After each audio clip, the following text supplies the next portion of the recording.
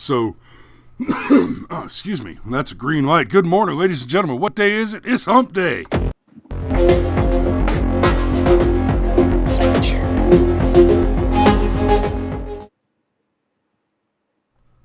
And my colleague has informed me that I still owe him a screen share. I got everything rolling so fast and so clean, and boom, boom, now we can see. But he can see that I'm not showing you anything because we haven't gotten there yet. But what we're talking about this morning is going to be what the Foxtrot Oscar Charlie Kilo ball shattering shit show CNN. Okay, Dr. Randomer Camp. House panel sets rules for impeachment debate. Okay, CNN is fake news, but this is a true statement. One should be alarmed at the truth of this statement. House panel sets rules for impeachment debate. Okay, look, this is only the third time we've had an impeachment, but it is the third time that we've impeached a president. And I say it like that because, quite frankly, I believe that impeachment is a foregone conclusion. The bias, the tenacity, the obsession, and the flat-out blind ambition of these power-hungry, anti-democratic Democrats who just cannot stand that the people voted for something. They're terrified that the next election, that the 2020 election is going to be interfered with on behalf of Donald Trump by American voters.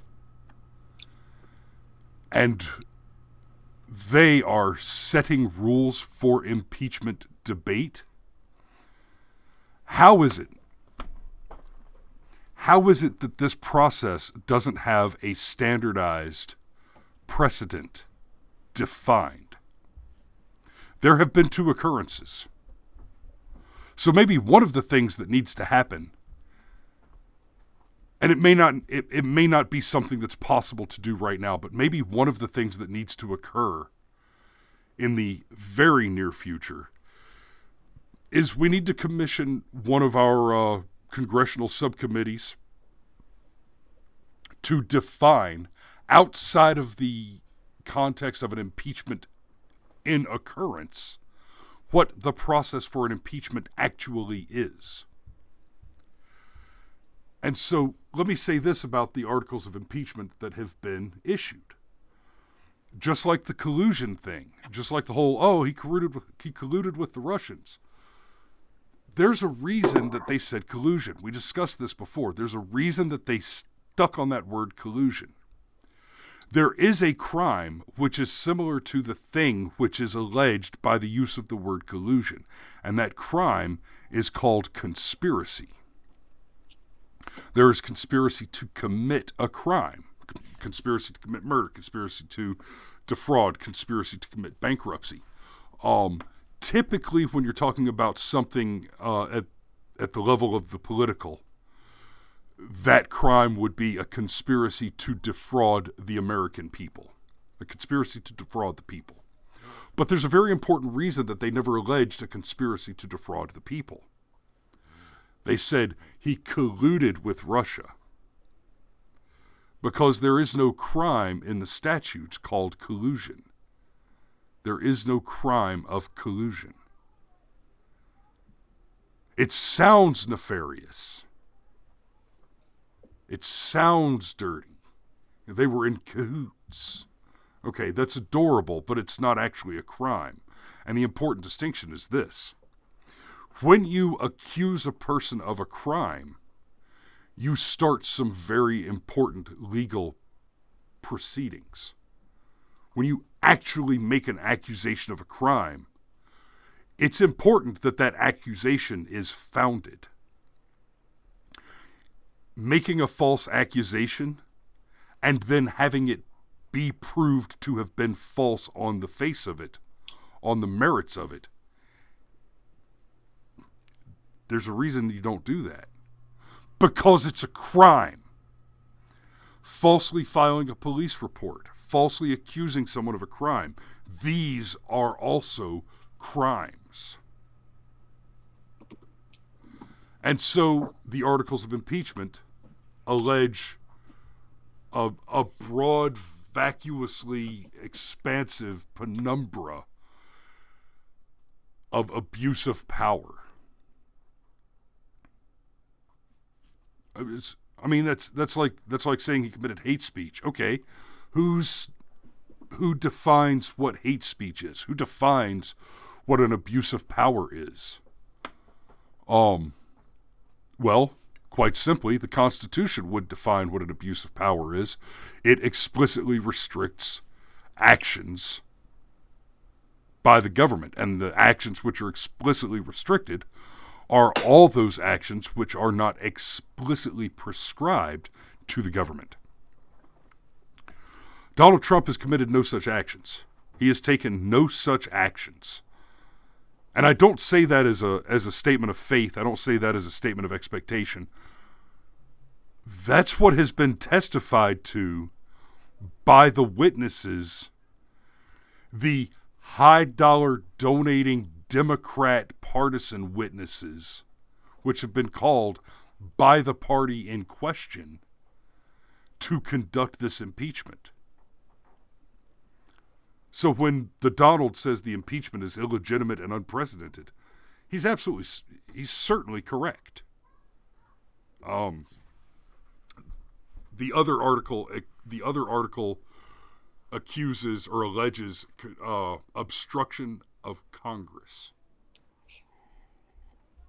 Yeah, you know what they're really worried about here, and I think this is funny because it's their own fault. For so long, progressives have relied on the court system, making that branch more powerful, giving it the ability to do things it wouldn't normally be able to do, and so forth and so on. What they're really worried about... Michael Birchfeld? What they're really... the Affordable Care Act?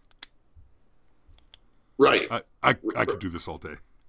Yeah, but you're exactly correct. The only reason the Affordable Care Act came into being is because the court did what it did. I'll never understand why the Chief Justice did what he did, but whatever, different discussion, different day. If Trump wins re-election, which he probably is going to do, there's an interesting little thing that's going to happen. I suspect by the end of Trump's second term, we will have a solid 6-3, 7-2 originalist constitutional majority on the Supreme Court, basically conservative judges. And that's the thing they're really terrified of. They created this behemoth. They created this golem. And now it's turning against them. Because all the stuff they want to ram through, like if there's a 7-2 conservative majority on the Supreme Court, one day Donald Trump will not be president, and one day a Democrat will be president. And given the fact that the Democrat Party seems to refuse to learn its lesson about going deeper and deeper into socialism, the next Democrat president will probably be a far left, at least quasi-socialist. But then they're going to have a conservative majority on the Supreme Court to contend with. I think it's really in the back of their mind that Ruth Bader Ginsburg is not long for this world, and especially not long for the Supreme Court. At some point, you say somebody that's in their mid-80s that's had multiple health scares just in the past couple of years, yeah, look, it's okay. Time to retire. Go be with your grandchildren. You had a good run. Enjoy your sunset years. Yeah, and let's be clear. Let's be clear about something here.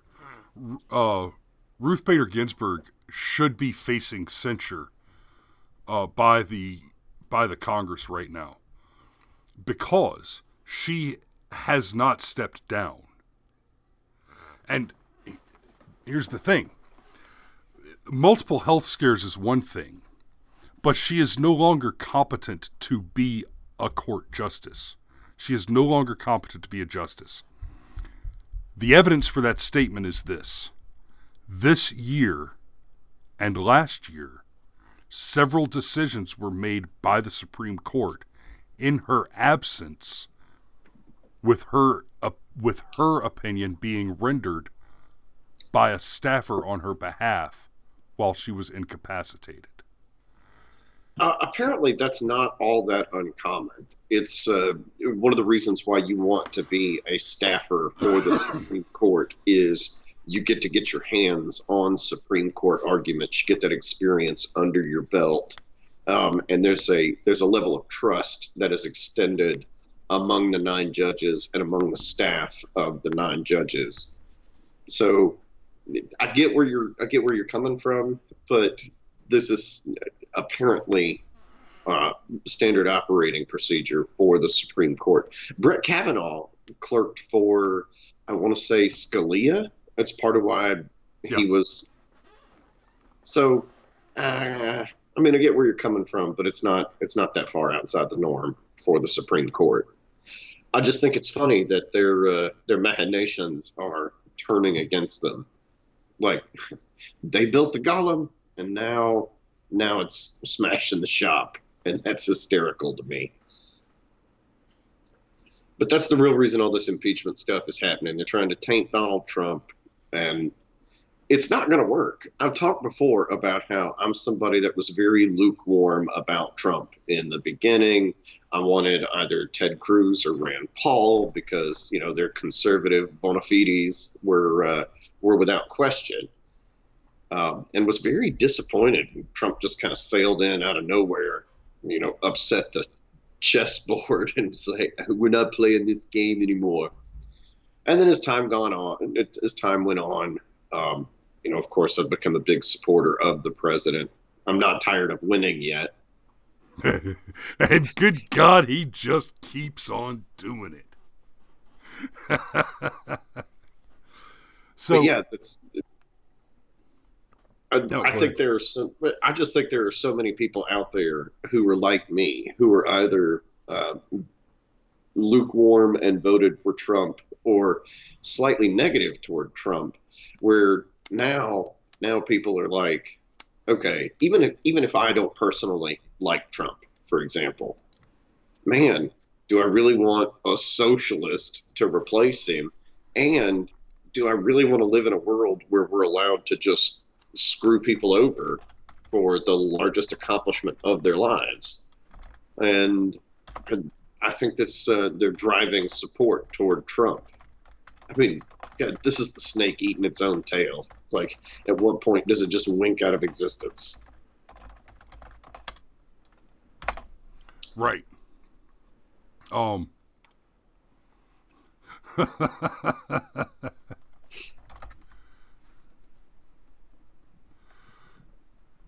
So, okay. So there's been this letter from Trump and turns out there were actually 2 letters, one by White House counsel and one by Trump himself. The one that Trump himself wrote is the one that that everybody's talking about in the news. They both cover basically the same points. The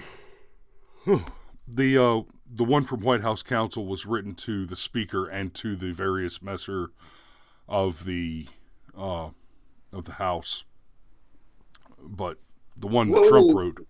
Whoa, we got to take a quick moment. We got somebody in the comments who's watching us on his 18th birthday. Happy birthday! Happy birthday, Gavin!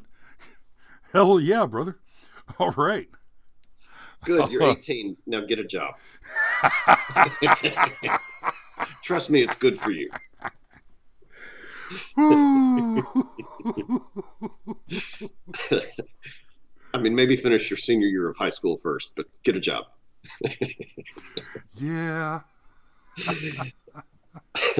Anyhow, before I interrupted you, sir, you were doing the soliloquy thing. Hey, actually, I think just real quick, Gavin. I think if I understand correctly, y'all are going to be around my neck of the woods for the holidays. Why don't y'all give me a call? I'll take you out to dinner sometime.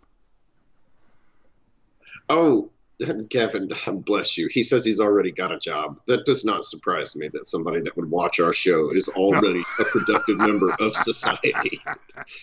And hey, Gavin, this true story right here. You have a job and you need a better one, though. And shitty jobs done well lead to less shitty jobs, and so Done forth better. and so on. Yep. That's just the way it works, brother. Don't ever let anybody tell you different. So yeah, happy birthday, Gavin. Let's move on though, because we need to finish this show. And oh Jesus, I have to be places. Ah. So The letter. Pelosi calls Trump's letter sick. I'm probably going to dig into this letter a little more in later videos. We're going to take a quick look here. Was just asked about President Trump's letter to her today. Pelosi said she has not read the whole thing because she's working, but added that it's ridiculous.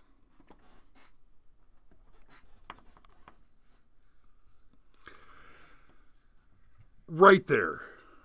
Right there. Right there. Pelosi said she has not read the whole thing because she's been working, but added that it's ridiculous. Madam Speaker, this is a letter to you from the President of the United States of America. You have time. The President wrote you a letter. I've read it. It's only about 8 pages. Come on, man. Come on, you know she knows every single word of it. She probably had some staffer read it to her, and like I don't believe for a second she doesn't know what's in this letter. I mean, this is just politician doublespeak all day long. I've seen the essence of it, and it's really sick. What? This is sick. This is what she thinks. Due process is sick. All right. In the letter, Trump The claim wildly that no claimed. intelligent person believes what you're saying. That's a fair claim. Yeah, anybody in possession of the body of fact understands that if you are as charitable as possible to the Democrats, this impeachment stuff is on some extremely shaky ground. Like, we reference him a lot, but he's kind of a good bellwether. But Tim Poole thinks all this is a joke. And Tim Poole is a leftist and will tell you that he's a leftist. But Tim Poole is somebody that literally reads news articles all day and does his own kind of hybrid version of journalism and opinion commentary. And Tim Poole's opinion, based on sitting around and reading everything there is available about the impeachment, is that this is a joke, that this is a stretch at absolute best. So for him to write a letter that says, yeah, no intelligent person believes this, yeah, I'm with you on that. The Yeah, problem is, yeah, the problem is people are not up on all the facts because of people like CNN and Don Lemon and Fredo Cuomo and the dumpster fire that is CNN. CNN. Yeah, And damn, I was about to say something. I just lost my train of thought with the CNN. yeah, it was so brilliant the train left the station without you. Your My train of God. thought. Oh, you mentioned Tim Poole. Um, let's not get confused about this either. Tim Poole says that he is a left-leaning moderate. Uh, but we're talking about somebody who is pro socialized medicine. He's not fully pro. He's not fully on board. He's not on board for Medicaid for all, but he is on board for socialized medicine and thinks that it's a good idea, but it's complicated. So Poole will tell you that he is a left-leaning moderate. And in the modern climate, that is tenably true. But make no mistake, the only thing that keeps Tim Poole from being a far left nutjob leftist is the dramatic lurch of the Overton window. The fact of the matter is, Tim Poole is on the furthest left of reasonable American politics. And the majority of the Democrat voting body has drifted so far left that they occupy the political space of America's most sinister enemies from history. Yeah, thank you, Twitter. Thank you, Facebook. So, what's funny is they don't think we're mistake the me. echo chamber. Right. Fake news. So, and there you go. So here we go. Trump is set to be the third president in history to be impeached. Democrats have brought 2 articles of impeachment against Trump: abuse of power and obstruction of Congress. The obstruction of Congress. This is absurd. See, remember when Eric Holder just flat refused to cooperate with an investigation into Fast and Furious, where, let's be very clear on that. With the Eric Holder situation in Fast and the Furious, there's a big difference there. An actual crime was alleged. The Fast and the Furious situation, there was a crime being investigated. That's a big damn deal. There were dead bodies involved. But no. Trump thinking that conducting this whole charade of criminal indulgence. Guys, we need better Republicans. The Republican Party is saturated with cowards that haven't the temerity or the wherewithal to righteously pursue the utter, open, unabashedly unashamed criminality of the modern American Democrat. There are no currently elected Democrats at the federal level that are not criminals complicit in the criminal conspiracy to conduct a coup against the rightly elected and duly inaugurated President of the United States of America, and to reverse the political wishes of the voting populace. Now, a similar statement was made by these same Democrats in the context of the Clinton impeachment. I'm not even going to make the argument that the Clinton impeachment was the best move or a great idea, but I will make this claim of fact. In the case of the Clinton impeachment, there was something that happened. It was, oh, he committed a crime! Not a crime was alleged. No. A crime was incontrovertibly proved. He committed the crime of perjury, of offering false testimony under oath.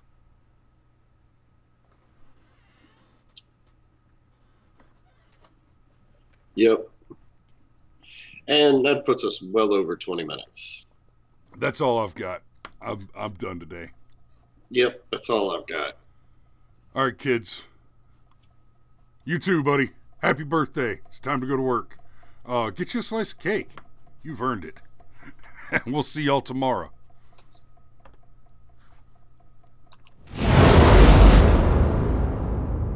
All right, brother. Talk to you later. Yep.